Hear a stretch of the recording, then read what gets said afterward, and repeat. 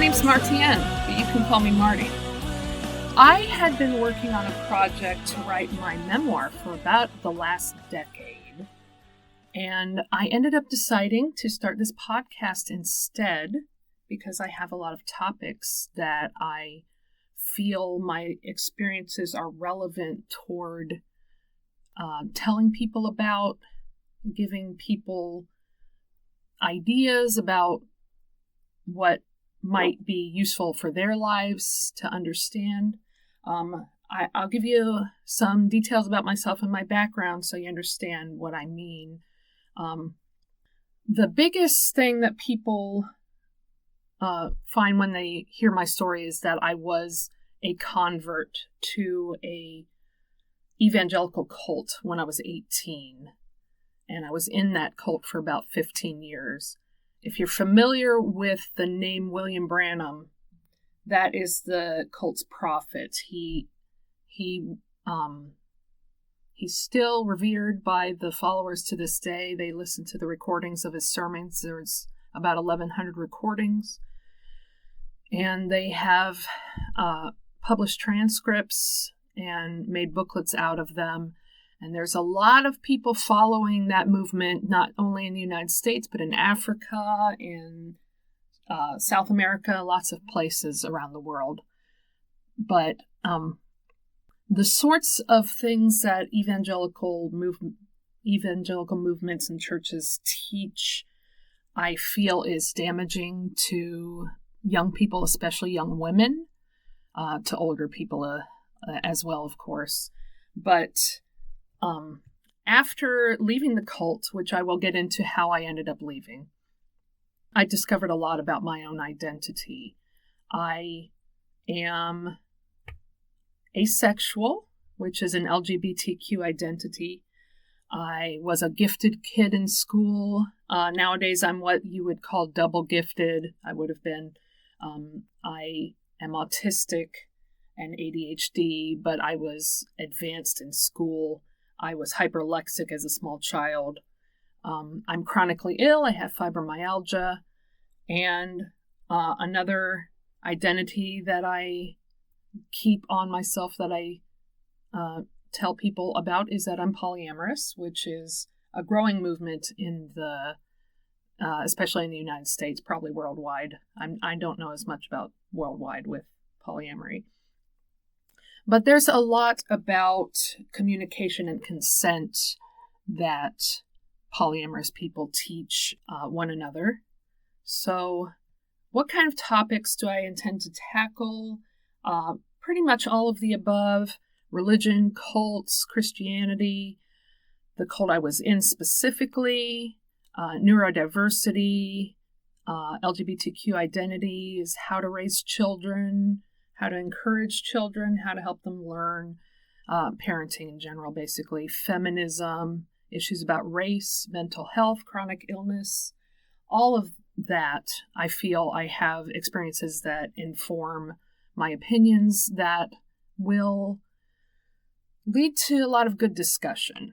And that is the main reason I have decided to make this into a podcast instead of writing a memoir and publishing it as a book, because I would like to engage with the audience who would take in what I have to say and discuss my opinions and discuss their opinions and see what kind of dialogue we can engage in. So I do have a few guidelines I want to lay out as far as commenting on my podcast episodes and on my posts, because I do have a lot of topics that are kind of controversial, obviously. The first one is that hate speech will not be tolerated in my comment section. And that includes anything about a person's race, a person's neurotype, their membership in the LGBTQ community, mental illness, chronic illness, any of that. If it's something that you cannot change about yourself, it's something that is a part of your makeup, it will not be tolerated in my comment section. And that includes if you are the sort of person that has heard the sentiment that you hate the sin but love the sinner. I consider that a hateful statement. and I will get into why. You cannot say that you hate something about me, but you love me. That is not acceptable to me. The next thing is that asking questions and arguing your position in good faith is allowed and encouraged.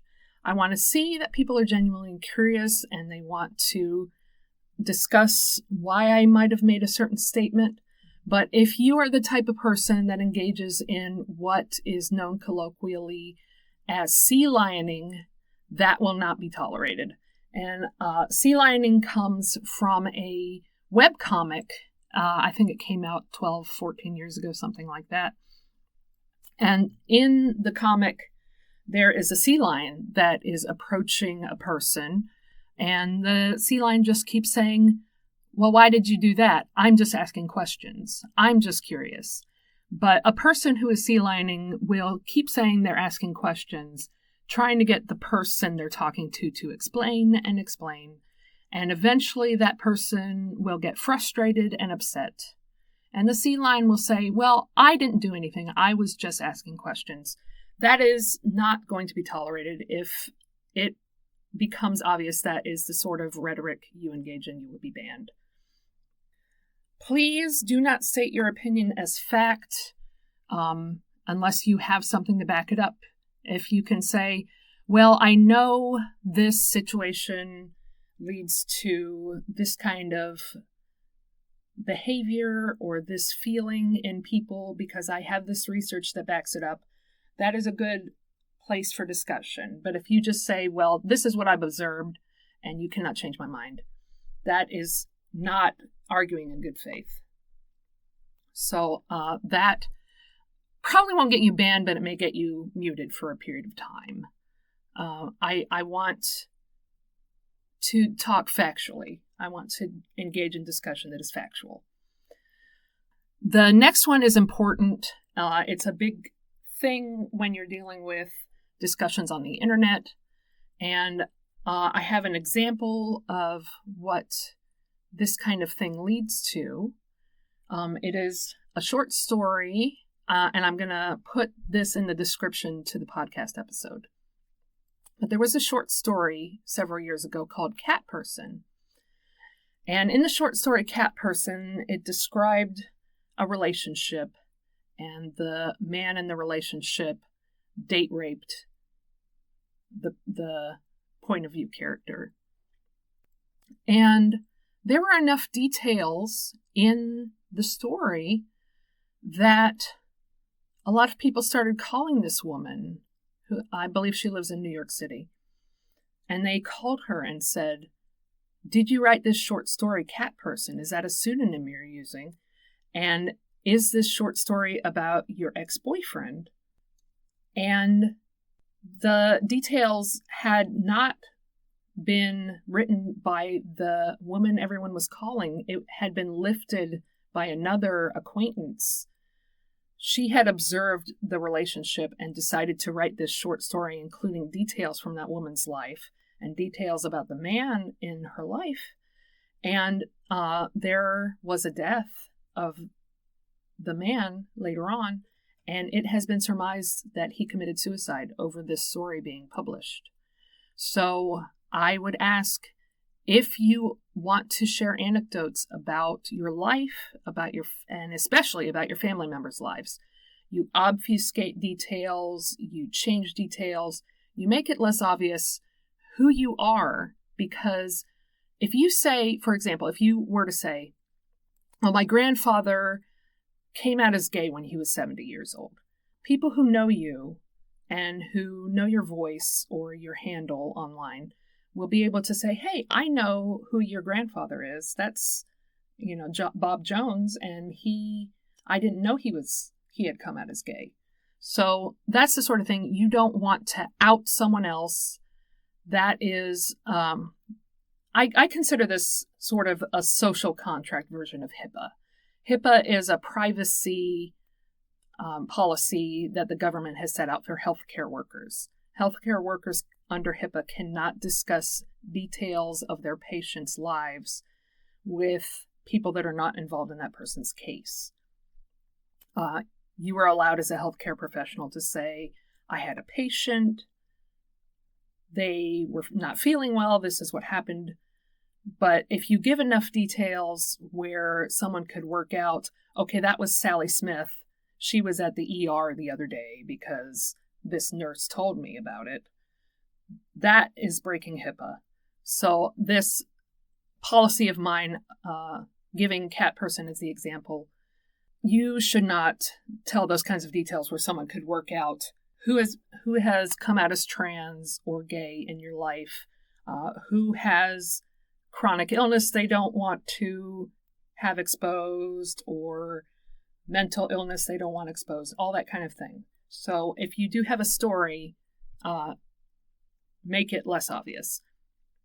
The final thing on my list is self-promotion. I am okay with you coming in my comments and self-promoting, but do keep it unobtrusive. Just, I use a site called Linktree. If you did not reach my podcast from my Linktree, it is linktr.ee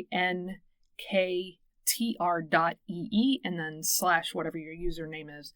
And it's kind of an online calling card. You can put your links, your main homepage, your social media, and all that kind of thing on your Linktree. And just a little blurb, I have a podcast, I have a blog, and here's my Linktree. Or here's my Facebook page. Here's my Patreon. That kind of thing. Don't make a big long spiel about why everyone should subscribe to you and you're the best. Just a little blurb about that. So those are my policies as far as comments on my podcast and an introduction to me. I do want you to know, under the obfuscation rule, if I tell anecdotes about my children, they're either going to be obfuscated, or other family members, they're either going to be obfuscated or I have run that anecdote by the person in my life to say, can I tell this story on my podcast or on my blog? Everything I tell will be under those categories. So, starting this as a podcast, I did previously do it as a video vlog. It kind of turned into an issue because I had to make sure my sound setup was good and the lighting was good and that I felt well enough to record that day. And it ended up that I only did 2 videos, which those videos encapsulated what this podcast episode has turned out to contain. So it is a bit of a repeat for me, but I want to lay it out in the podcast page so it's accessible to everyone who might be listening. And I will start with some discussion topics next time. I'm looking forward to getting to know all of you and hearing from my audience. And that is everything for today.